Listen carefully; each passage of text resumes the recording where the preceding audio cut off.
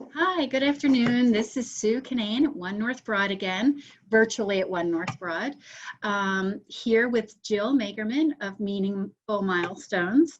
Part of our interview series that we're conducting is shouting out pros in the industry, wedding industry, hospitality industry that have changed what they normally do to fit this strange and crazy and unusual time. People that have been not only taking care of their clients, which they always do an amazing job at, but doing it in a different way, taking care of clients in a different way, maybe alleviating stress, maybe offering different options that were never thought of before because we never had to do them before. Just kind of helping community and helping each other and holding each other up. So again, that's our brief little snapshot of what our interview series is about.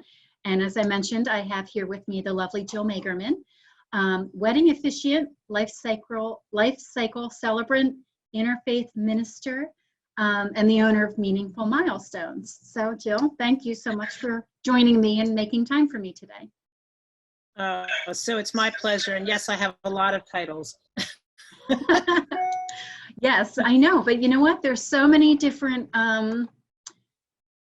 reasons and occasions to use all of them. So we're glad that you do. How long have you been practicing in this business? So interestingly, what today is April 15th, tax day. I actually graduated from my program on April 12th, 8 years ago. Oh. So I'm just literally passing an anniversary. I had a picture pop up on Facebook that reminded me of that. So yeah, I've been doing this for quite a while now. Oh, good. Wonderful.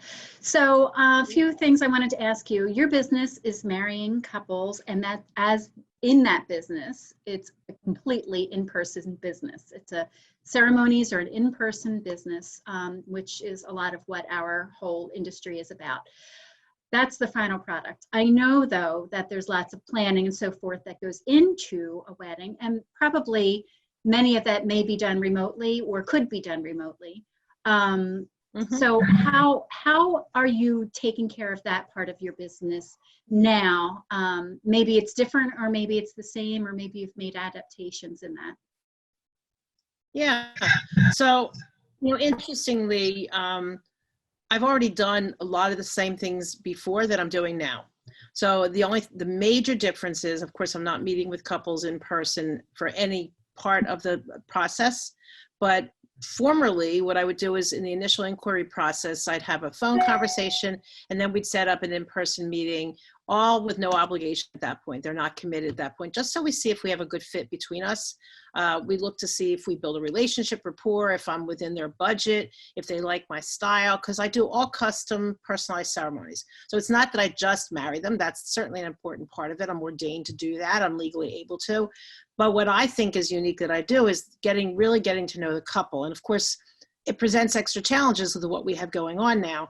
But truly, I've already done so much of, excuse me, of that kind of work with couples remotely. So I have them, first of all, fill out questionnaires. And that is the greatest way that I get to know them. So they each get the same questionnaire. And I ask them to separate and complete them independently, so I can learn about each of them individually and as who they are as a couple, but from each of their perspectives. And then they can mail and send it back to me. So it's about 25 questions, and it's a great opportunity for couples to really reflect on who they are and why they love that person. And I usually get feedback from couples that they needed that. Like, they got so wrapped up in the weeds of the planning that it was so great to get back to the roots of why they were getting together in the first place. So that stays the same.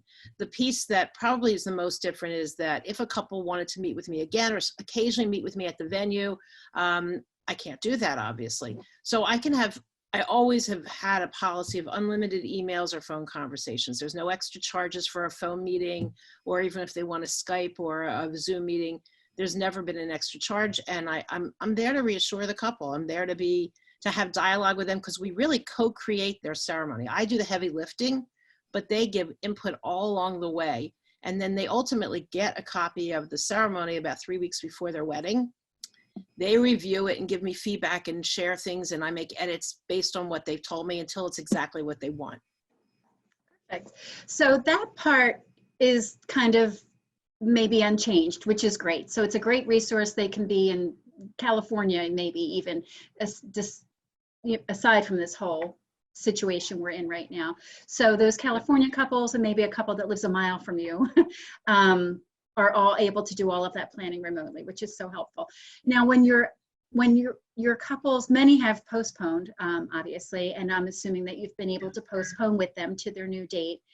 Are couples asking to kind of talk about the elephant in the room that, yes, here we are going to be on our second wedding date. This is not the original wedding date. Are couples kind of talking about putting that into their ceremony, changing the talk or the speak or the premise of their ceremony, or do they just stay with this is our wedding date and not make a change necessarily?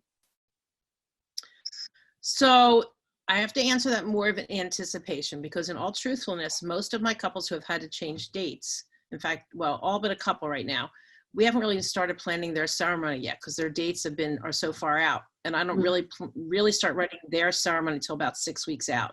And I absolutely will talk to couples whom I've already met with to get an update from them, because things in their life may have changed besides the whole, quarantine experience, but I want to be up to date with anything of theirs. So anybody I already had their completed questionnaires, I'm going to update all of that. And truthfully, they haven't talked about necessarily incorporating some of this, but I invite them to do that. So, and we may talk about this in a minute, but I've done what I call micro weddings for couples who want to hold on to the date that they had originally as their anniversary date. So I've legally married them. Well, I've already done one. I have another one coming up next weekend. So it's just going to be them, myself, and in the second case, it's going to be the parents also. We're going to all be socially distancing, making sure that we've already planned it out, how far apart we'll be, how we'll stand. And in each of these two cases that I've done, the micro weddings, where I most definitely have incorporated some things having to do with particularly hand washing, for instance. So a hand washing ritual is a part of some wedding ceremonies anyway. It's about talking about purifying yourself, cleansing yourself to start anew in your new relationship, in your new chapter in your life. And it's a really nice symbolic way of washing away any troubles or problems or challenges you've had in the past so that you can move forward. Well, in this day and age of singing happy birthday twice so that you can have 20 seconds of hand washing, we talk about hand washing so much, it's hard not to bring that element into it. And I invite the couples to consider, when they redo their bigger rescheduled wedding, that we do something to link the two, the micro wedding to the bigger wedding. So my guess is that I'll introduce the idea to couples in their bigger weddings, whether they've had a micro wedding or not, of somehow acknowledging this period of our life, like how something about maybe how we have to go through challenges. I mean, I think any couple who weathers this pretty well, it's a really good sign of how they're going to be in their marital relationship going forward. And I think that might be really called for to mention during their wedding ceremony. It's a whole piece of a journey, I think, life's journey that was not anticipated, and yet here it is. So I was wondering if that was something that couples were kind of just, it's part of their life journey. It's all of our life journey at this moment, but specifically to their wedding. So yes, I wanted to speak with you too about sorry, go ahead. No, I was just going to say, the truth is, Sue, that so many couples don't know what they want in their ceremony, and that's okay. I mean, long before all this, when I meet with couples and I say, so what do you like? What are you thinking about having in your ceremony? They tend to look at each other and go, I don't know. We really haven't talked about it. We haven't thought about it. We don't know. And that's really okay. They're in their 20s or early 30s. Why would they know what they maybe want in their ceremony? They may know they want some religion, no religion, God, no God, parents involved, speakers, that they may know. But oftentimes they don't even know what the options are. And that's why I'm there. It's to give them kind of a big menu to choose from. And the same thing is true now with the COVID experience. I'm going to offer opportunities for them to think about how would they, if they would want to, incorporate something about this. So I just wanted to mention that it's really okay if you don't know what you want to have in your ceremony. Right. That's why they think about it, meet with you about all of that.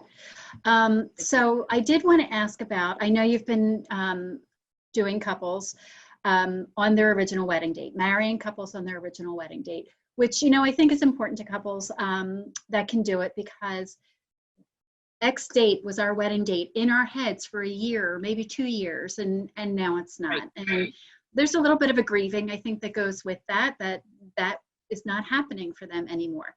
However, it can, you know, maybe that can be the start of their wedding. Maybe it's almost like they elope, right? Maybe they just the two of them, or small little group, and it's special and it's intimate and it's the beginning of their wedding, and then to be continued later at another time. So I know we're all really cognizant of the health guidelines and the government recommendations and being safe and taking care of one another, because that's what we do. So you spoke to that a little bit. And I know one couple, which was a One North Broad couple, was married on their original wedding date, with the to be continued coming shortly. So how have you been able to facilitate that? Did you think of that? Did couples ask you for that? How did that whole idea get born? Oh gosh. So it's sort of been out there as a mutual idea. Well, I guess I threw it out there, the first couple that came up, because one was very shortly after we were all confined and quarantined, and it really had to be dealt with immediately. And many incarnations happened in that 2-week span till it got to the point where it was. And actually, in fact, the next couple that I'm doing that with, similarly, although now that I have the experience of it specifically to the COVID experience, I feel like I have some knowledge of how we can make it work and be very safe and thoughtful and really, really limit the number of people. That's key. I mean, I'm talking parents only and the couple. That's the extent of it. And it's got to be in a space where we can all separate farther apart, not in my home rooms. I have in the past, before all this, I've done micro weddings or elopements in my home. I've done them. I have a really nice pergola that I've done it outside. And I've also done at least 5 or 6 inside in a area that I have that has a really nice fireplace. And so it's not that I'm unfamiliar with doing these micro weddings. Of course, this is a very unique circumstance. Some of the couples have had a great humor about it. They said, we get to have 2 anniversaries, so it's 2 gifts, yay. You know, and each one, I've seen them go through the stages. It is real. You mentioned grief. This is a loss. This is like the stages of grieving. And, you know, I don't know that you ever get to acceptance, which is theoretically the last stage, because it's not a linear process. You know, you zigzag all over the place.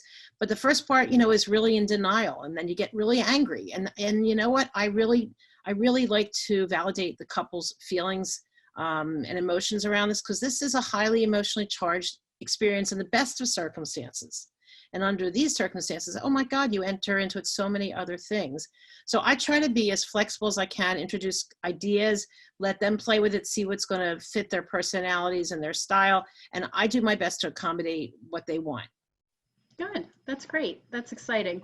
So they get to have that little, that special experience for their original wedding date. And I imagine that many have their marriage licenses, depending on how far you have to get them out. So there is a little bit of a logistic and practical point that has to be part of it as well. Absolutely. I'm so glad you mentioned that. Okay, so this is literally a fluid changing thing as we speak. So the first couple, our One North couple, happen to have already had their wedding license because it was only 2 weeks away. So, you know, that was great. In Pennsylvania, the way it works is you normally, you can apply for your marriage license up to 60 days before your wedding date.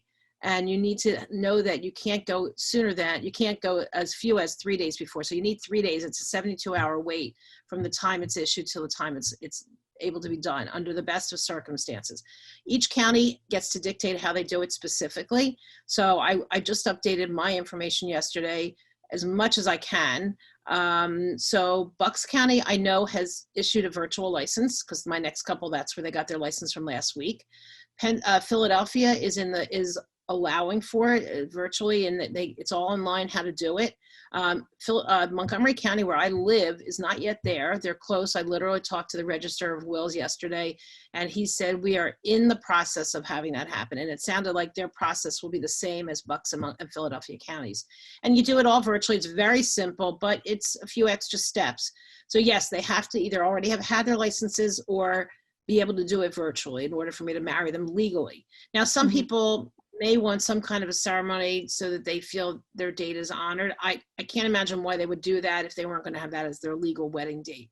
And if once they do that, when we have their bigger ceremony, they won't need to redo that. I mean, they will be legally married for all intents and purposes. On the original date. And then a second ceremony is more of a a celebratory thing at that point because they are already married at that point. Gotcha. Exactly. Yeah.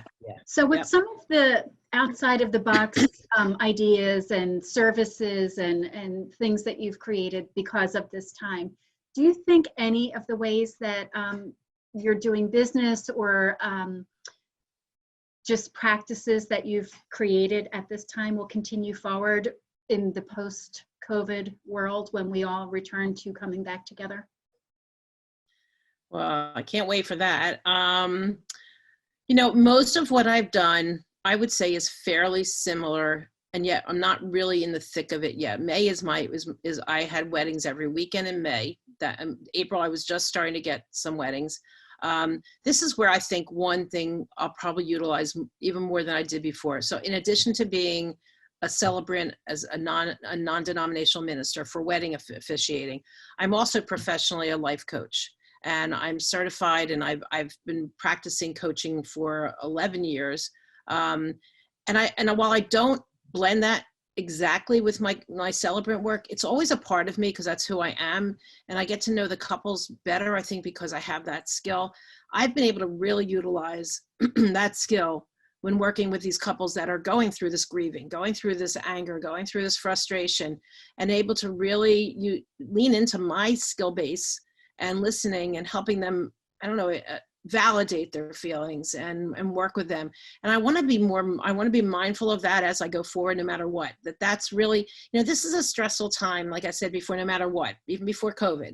And it's nice to know you have somebody that is kind of impartial. I'm not a family member. I don't take sides, and I can just be a good listener to them. So I'll bring that forward with me. Yeah. So that's a nice thing that's kind of there, but taken on a different maybe life because of all of this. So thank you for sharing all of this. This is so important and valuable, I think, to couples that are dealing with this at this time, but also knowing that there's resources and there's different ways that they can still have their, the day one of their happily ever after. And while it's a different time, you're still able to give that to them, and there are options. So I think that's really important to know. Yeah. Stress relieving with couples and people at this time is huge. So that's why we're doing this interview series, to kind of talk about pros that we work with that are amazing at what they do already, but have amped it up, taken it up a notch to kind of help everybody during this strange, weird, crazy time. One thing that I've been wrapping these conversations up with is, while it's nuts, we all still have so many things to be grateful for. So what, Jill, are you grateful for today? So, something I've always used in my coaching work is the fact that we all have choice. We have choices that we can make along the road all the time. And some of those choices have been taken away from us by being, confined to our spaces. But what somebody can't take away from you is your choice in your mind. So whatever your mind, you can choose to wake up this morning and I'm going to be okay with today, and I'm going to go forward and be productive and, be happy that I'm safe, I've got food, I'm with my family. That's a choice I can make. I could also choose to wallow in my sorrow and be, oh, woe is me, and pity me. I'm choosing and to be grateful for what I have. And that's what I'm grateful for, is that I still have internal choice. See, such a good thing. Such a good thing. Well, thank you for spending this time with me. Thank you for giving your resources and expertise for everybody to learn from and learn of. And I look forward to the chance of getting to see you real life and in person soon. Right back at you, Sue, and everybody there at One North. You guys are doing such a great job. I mean, it was, you went above and beyond for the couple that I work with, and giving them, something special to remember the day by, because you were thinking of them. And that's, it means so much every little step of the way. It's not just their experience, but they're in their own heads. They need to know that we care about them, because we're not just looking for their money. We're in this business because we love working with people, and, we want to give them the best experience in a tough situation. So thank you for all that you're doing and for including me in this series. I appreciate it. Thanks, Jill. All right. Talk soon. Take care. All right. Take care of yourself. Bye.